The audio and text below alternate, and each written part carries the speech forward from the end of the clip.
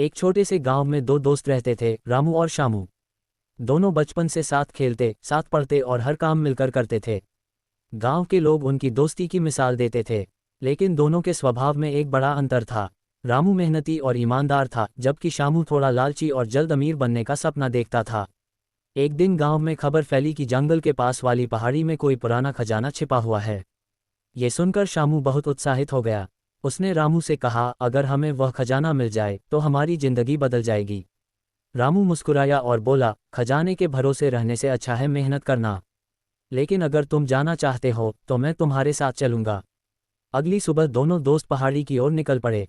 रास्ता कठिन था, उन्हें घने जंगल, ऊंचे पत्थर और कांटों से भरे रास्ते पार करने पड़े। कई घंटों की यात्रा के बाद उन्हें एक पुरानी गुफा दिखाई दी। गुफा के अंदर अंधेरा था। दोनों धीरे धीरे आगे बढ़े।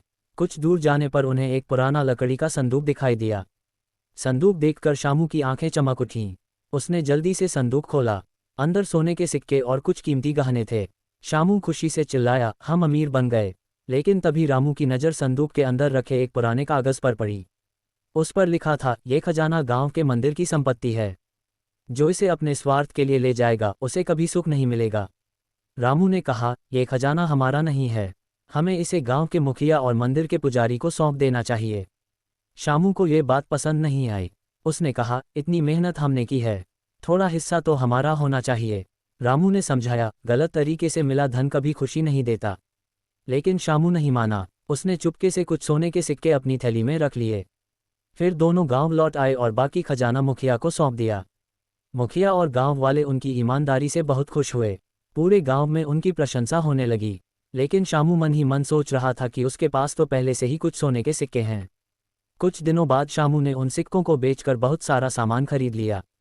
शुरुआत में उसे बहुत खुशी हुई, लेकिन जल्द ही उसके साथ अजीब घटनाएं होने लगीं। उसका खरीदा हुआ सामान खराब होने लगा, व्यापार में नुकसान होने लगा और लोग भी उससे दूर रहने लगे।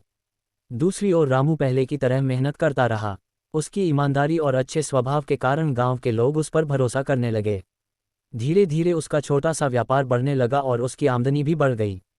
एक दिन शामू को अपनी गलती का एहसास हुआ। वह रामू के पास गया और बोला, मित्र, मैंने लालच में आकर कुछ सिक्के अपने पास रख लिए थे। अब मुझे समझ आ गया है कि मैंने बहुत बड़ी गलती की है। रामू ने कहा, गलती हर इंसान से होती है। महत्वपूर्ण यह है कि हम उसे स्वीकार करें और सुधार लें।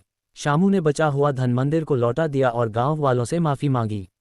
उसकी सच्चाई देखकर गांव वालों ने उसे माफ़ कर दिया। इसके बाद शामू ने भी मेहनत और ईमानदारी का रास्ता अपना लिया। कुछ वर्षों बाद दोनों दोस्त गांव के सबसे सम्मानित लोगों में गिने जाने लगे। उनकी दोस्ती पहले से भी अधिक मजबूत हो गई।